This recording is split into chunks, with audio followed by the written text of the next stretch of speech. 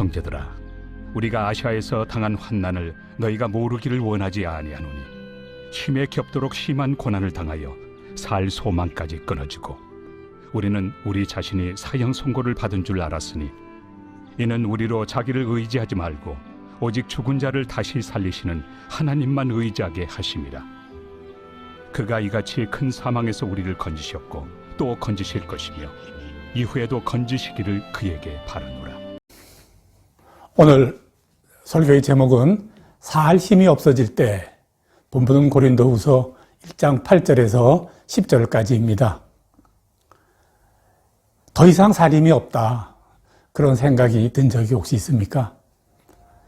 살다 보면 아마 문득이라도 그런 생각이 들었을 때가 분명히 있었을 것입니다. 왜 그런 생각이 들까요? 성경은 그 이유를 힘에 겹도록 심한 고난을 당하여 살 소망이 끊어졌기 때문이다, 그렇게 설명합니다.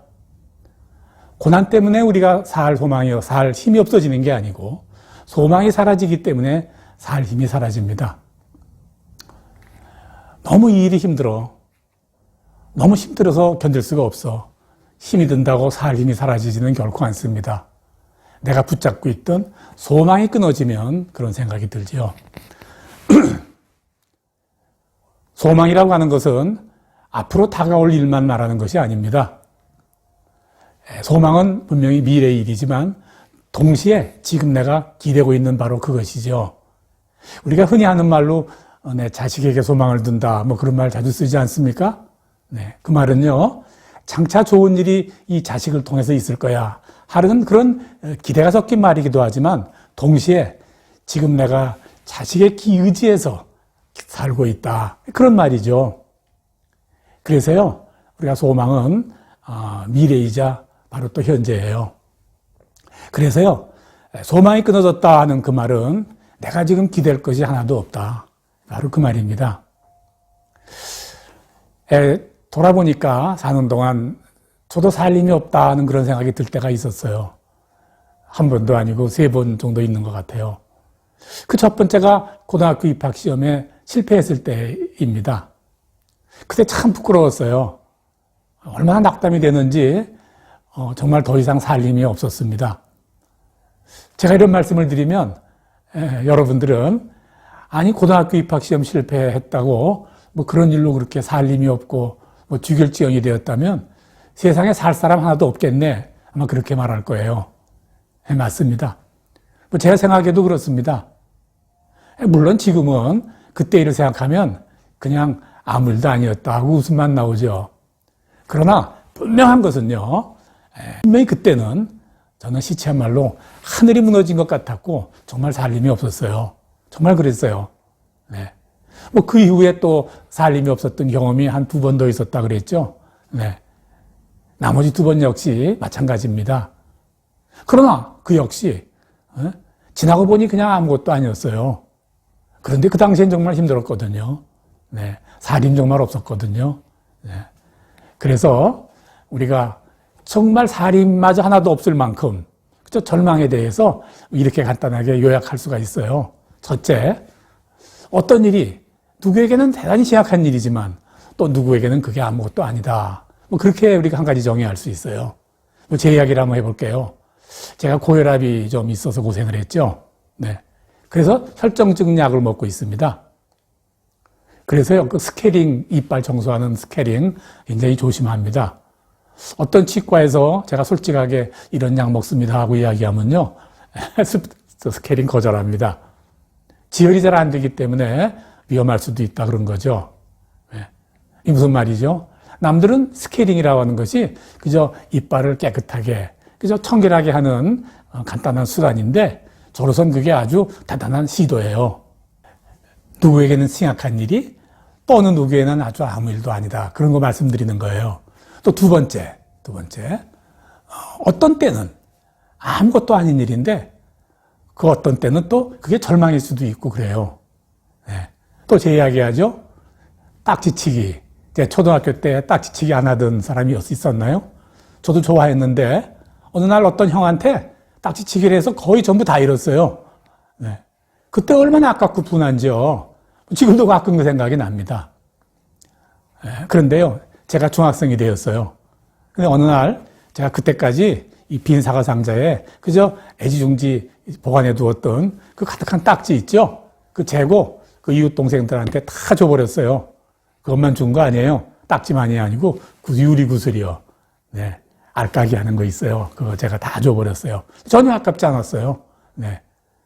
그때는 귀중했지만 지금은 전혀 소중하지 않더라고요. 그래요. 그거 설명하려고 하는 거예요. 그래서요, 절망이라고 하는 것은요, 뭐 객관적으로 누구에게나 통용되는 거 아니에요. 그건 순전히 주관적인 거예요. 네. 커트라인이 있는 거 아니다 이 말이죠. 이만큼은 돼야 그걸 절망적이라고 할 수 있다. 그런 커트라인 없는 거죠. 네.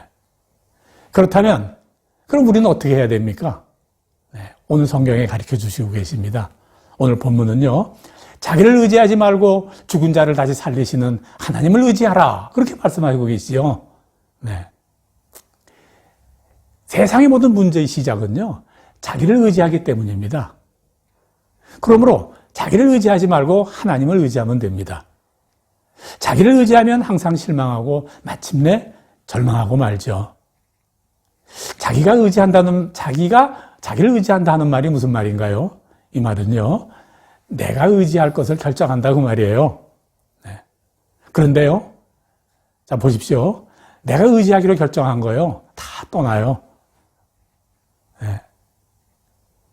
그러면 이렇게 말하고 싶죠? 아니, 부모님, 어떻습니까? 예. 부모님도요, 늙고, 또 병들고, 어느 날 이 세상을 떠나죠. 나를 떠나는 거예요. 네, 그래요. 그러니까요, 원래는 의지할 것이 사실은 있었어요. 근데 지금은 다 떠나고 아무것도 없는 거예요. 네. 내가 의지할 것이 바로 그렇다고 말이죠. 네. 그 말은 뭐냐면요, 나는 이제껏 다 나를 떠나갈 것만 내가 그저 부둥켜 안고 그저 기대고 있었던 거예요. 네. 어떻게 됩니까? 그러다 보니까 다 떠나가고 이제 아무것도 내게 남은 것이 없으니까 그때 우리는 절망하는 겁니다. 그리고 살 힘이 또 없어지는 거예요.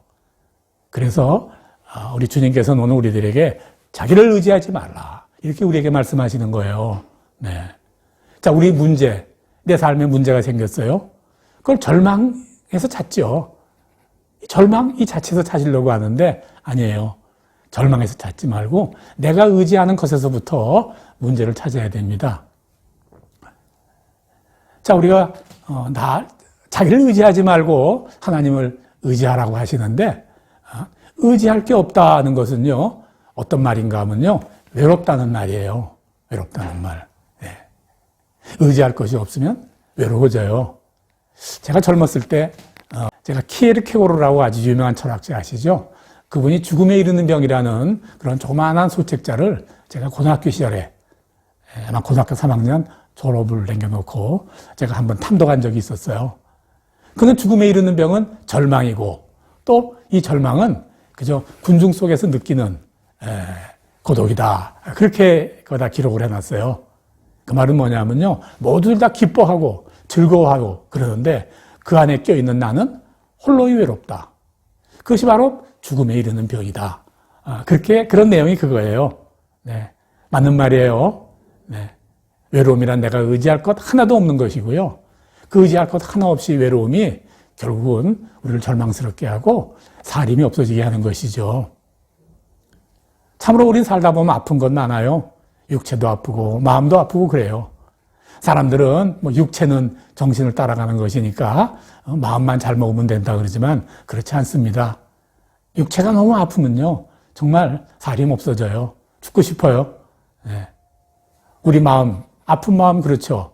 네. 불안, 걱정, 욕심, 짜증, 질투, 허세, 이런 것 많죠. 네. 그런 것들 참 우리 마음을 아프게 하는 것들이에요. 그런데 오늘 본문에서 우리에게 살림까지 없어지도록 만드는 그 요인이 뭐냐? 외로움이다. 외로움이 정말 그 시작이다. 우리 하나님 우리에게 이렇게 말씀하시는 것이죠. 사랑하는 여러분, 그러므로 이제 우리는 하나님을 의지하기로 결정해야 됩니다. 네. 내가 이제부터 하나님을 의지해야 되겠다라고 결정해야 됩니다. 네. 그런데요, 하나님의 인도하심을 내가 걸핏 잘 오해하기 쉬워요. 내 생각이, 내 고집이, 내 지식이 그저 하나님의 인도하심이라고 믿고 따라가는 경우도 많아요.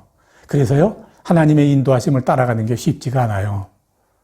거의 불가능에 가까워요. 그럼에도 불구하고 우리는 반드시 하나님의 인도하심을 따라야 됩니다. 하나님이 인도하시지 않기 때문에 그런 것이 아니라 내 눈에 보이지가 않는단 말이죠. 내 귀에 들리지 않는단 말이에요. 그러나 내가 절망 속에 빠져 있을 때 내가 의지할 것이 아무것도 없다고 내가 낙담해서 살림이 하나도 없다고 생각하고 있을 그때 하나님의 인도하심을 발견할 수 있어요. 네. 오늘 설교를 시작하면서 제가 시작한 이야기 있죠? 고등학교 입학한 거. 그 이야기를 좀 계속해야 되겠습니다. 하나님의 인도하심을 설명하는데 유용한 설명이 될 것 같아서 그래요. 네. 고등학교를 떨어지고 크게 낙담을 했다. 근데 지금 와보니까 그게 아니지만 그땐 그랬다. 제가 이렇게 이야기했죠. 그래도 그렇지 않아요? 어쨌든 2차 시험은 합격해 놓고 그저 입학을 준비해야 되는데 전혀 하고 싶지가 않아요. 교복도 구하고 교과서도 준비하고 등등등 이런 거 해야 될 텐데 전혀 하고 싶지가 않더라고요. 저희 집 뒤에 남산이 있었어요. 저희 집이 남산 밑에 이렇게 있었는데 그저 남산 팔각정에 열심히 올라가가지고 매일 그저 서울거리만 쳐다보고 이렇게 앉아있기만 했어요. 네. 그땐 그랬다 그 말이죠. 지금 생각하면 무서운 이야기죠. 그런데 그런 모습이 아까웠는지 어느 할아버지가 그러시더라고요. 영수야, 천주교회 학생들을 위한 인생 강좌가 있다는데 강사 괜찮다더라. 한번 가봐라. 그러시는 겁니다. 저희 할아버지 크리스찬 아니에요. 네. 다만 명동성당을 꼬집어 말씀하신 것은 명동성당을 거점으로 하는 한 정치 집단이 있었거든요. 정치 세력. 한 유명하신 분이 이끄는 정치 세력인데 거기에 참여하고 계셨어요. 예. 그러니까 정치에만 관심이 있지, 세상 일에만 관심이 있지, 예? 하나님의 일에 전혀 관심이 없는 할아버지가 그때 왜 그런 말씀을 하셨는지 모르겠어요. 제가 너무 측은해 보였던가 보죠. 그런데요, 이상한 마음이 들더라고요. 저희 그때 가장 문제는요, 사람을 보기가 두려운 거예요. 사람을 보기가 부끄러운 거예요. 길거리를 지나가도 이렇게 고개를 못 들겠어요. 피해 다녔어요. 그런데 갑자기 그렇게 사람들이 모이는 곳에 한번 내가 가봐야 되겠다 하는 마음이 드는 거죠. 네. 저는 그때 분명히 내가 의지할 것을 찾고 있었는데 그곳에 혹시나 하고 기대를 가졌던 것 같아요. 저는 지금도 믿고 있는 것은요, 그 일이 분명히 성령 하나님의 인도하심이다. 저는 그렇게 믿고 있습니다. 일생 믿고 있습니다. 네. 그 할아버지가 가보라고 한 명동성당, 그저 우리 집에서 걸어도 갈 만큼 집에서 멀지 않은 곳이에요. 그래서 그 날짜 시간 맞춰서 제가 찾아갔어요. 강의가 시작되고 또 한 수녀님이 들어왔습니다. 참 저 수녀님 약해 보인다. 그저 얼굴만 봐서는 고등학생 같다 이런 생각이만 기억이 날 뿐 그 이상은 아무것도 기억이 잘 나지 않아요. 그러나 그날 강의 내용은요, 참 오랜 세월이 흐르고 지금 여기까지 왔어도 전혀 잊혀지지 않습니다. 수녀님이 이렇게 시작했어요. 자, 모두 손수건을 꺼내서 얼굴을 가려주세요. 혹시 손수건 안 갖고 오신 분 있으면 앞에 놔둔 종이로 얼굴을 한번 가려보세요. 그러는 거예요. 그리고 계속해서 이렇게 말씀을 하세요. 이렇게 우리는 지극히 연약한 존재입니다. 이 얇은 손수건으로 얼굴, 눈만 가려도 내 앞에 누가 있는지, 내 옆에 누가 있는지 보이지도 않는데 얼마나 우리는 연약한 존재입니까? 우리는 신앙인이 되기 전에 먼저 내가 얼마나 연약한 존재인가를 알아야 됩니다. 그게 신앙인이 되는 것보다 먼저입니다. 그러시는 거예요? 저 놀랐어요. 뭐 여러분 자주 들은 이야기겠지만 저는 그때 그 이야기를 처음 들었거든요. 갑자기 제 마음에요, 깜깜했던 주변이 뭐 환해지는 느낌이 제가 들었어요. 그날 바로 요한복음에서 하나님은 빛이시라. 그 빛이 세상 가운데 오셨다. 어둠을 밝히는 바로 밝은 빛이시다. 뭐 이렇게 하는 그 말씀이요, 완전히 이해가 되더라고요. 아, 하나님은 빛이시라는 게 바로 이런 뜻이구나. 그렇죠. 또요, 제가 그 이유로 강조하는 것은요, 신앙보다 더 중요한 것은 인간이 되는 것이다 라고 하는 그런 기본적인 이제 체계를 갖고 있거든요. 네, 아마 그날 이후에 이렇게 이루어진 믿음의 토대 아닌가 저는 믿고 있습니다. 뭐 결론은 간단합니다. 한 일주일 했던 것 같아요. 7시간, 8시간 되는 것 같은데 그 강의가 다 끝난 후에 저는 기대하는 마음으로, 뭔가를 기대하는 마음으로 고등학교 생활을 시작했어요. 그래서 그곳에서 내 일생 친구로 사귀고 있는 좋은 친구들을 그곳에 만났어요. 예. 그렇습니다. 고등학교를 떨어진 사건은 내 인생에 뭐 이렇게 좋은 사건은 아닌 건 분명해요. 그러나 그 슬프다고 말할 수 있는 사건은요, 내 인생의 어떤 획기적인 선을 긋는 아주 중요한 사건이었습니다. 무엇보다도 저는 그 사건 이후로 바로 자기를 의지하는 것이 아니고 하나님을 의지하는 방법을 제가 알기 노력하는 그런 자세를 취하게 된 것이죠. 바로 그 일을 성령 하나님이 하신다는 것. 네. 제가 알았습니다. 여러분도 알기를 바랍니다. 네. 아무것도 아닌 일을 우리가 종종 막 절망하고 그러는 것은요, 바로 문제는 성령 하나님 문제입니다. 성령 하나님께 구하지 않았고 성령 하나님께 인도하심을 우리가 바라지 않았기 때문에요. 성령 하나님은 우리에게 무엇보다도 지혜를 주십니다. 지혜, 대단히 중요한 거죠. 지혜는 세상을 살아가는 방법을 아는 것입니다. 지혜는 성령의 열매예요. 구약시대에 바로 이 성령의 열매를 가진 사람들만이 할 수 있는 일이 제사장, 왕, 예언자, 선지자, 이렇게만 우리가 알고 있는데 한 가지 더 있어요. 지혜자예요. 사는 방법을 사람들에게 가르쳐 주는 것. 그걸 지혜자라 그러죠. 네. 나이가 들어서 우리가 노인이 되어도요, 네? 영적으로 성장하지 않고 지혜를 아는 자가 되지 않으면요, 바보 같은 일만 하고 살아요. 별일도 없는데 쉽게 절망하고 쉽게 화를 내고 이런다 그 말이에요. 사랑하는 여러분, 이제 말씀을 마치려고 합니다. 우리에게 닥친 살 소망이 끊어진 듯한 그런 절망적인 상황은 우리에게 비극이 아니라 항상 은혜입니다.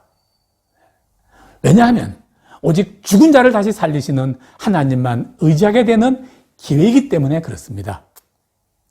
우리 모두는 절망에 빠질 수 있습니다. 그 절망으로 인해서 살림이 하나도 없게 될 수도 있습니다. 그 일이요, 남 때문일 수도 있고 억울하죠. 또 나 스스로일 때문일도 있습니다. 어떤 이유가 되었든지 간에 그것은 사람을 의지하지 말고 하나님만 의지하게 하려는 기회를 주시는 하나님의 큰 은혜이다라는 사실을 결코 잊어서는 안 됩니다. 그러자면요, 우리는 무엇보다도요, 지금 내가 기대고 있는 것, 제가 부둥켜 있는 것, 이것이 정말 붙잡을 만한 가치가 있는 것인가? 내가 의지할 만한 가치가 있는 것인가? 그걸 한번 새로 시작하는 것부터 시작해야 됩니다. 아주 철저하게, 아주 진지하게 시간이 날 때마다 그 두 가지 제목을 가지고 우리가 한번 묵상해야 된단 말이에요. 네. 뭐를 묵상하라고요? 내가 이것이 과연 붙잡을 만한 가치가 있는가? 의지할 만한 가치가 있는가? 그 두 가지 한번 해보란 말이죠. 붙잡아야 되는가? 의지해야 되는가? 가치가 있는가? 그거 한번 해. 그럴 때 성령님께서는요, 반드시 우리들을 도우실 것입니다. 하나님이 인도하심과 도우심이 풍성한 그런 큰 은혜가 함께 있으기를 주의 이름으로 축원합니다. 아멘.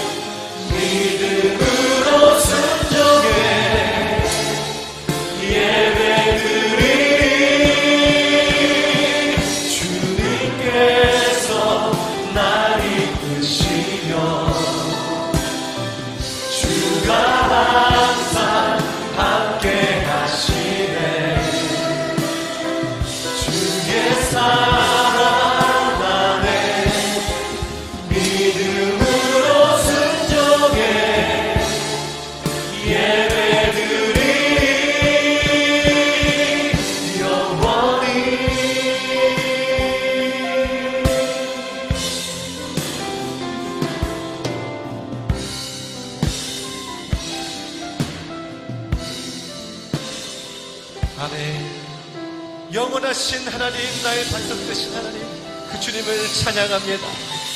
할렐루야.